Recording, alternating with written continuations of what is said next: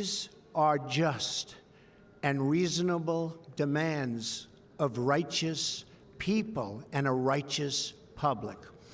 But for too many of our citizens, a different reality exists.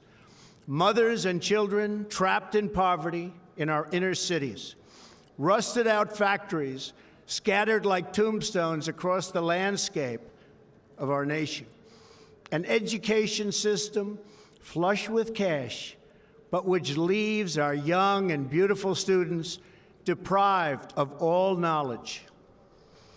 And the crime, and the gangs, and the drugs that have stolen too many lives and robbed our country of so much unrealized potential.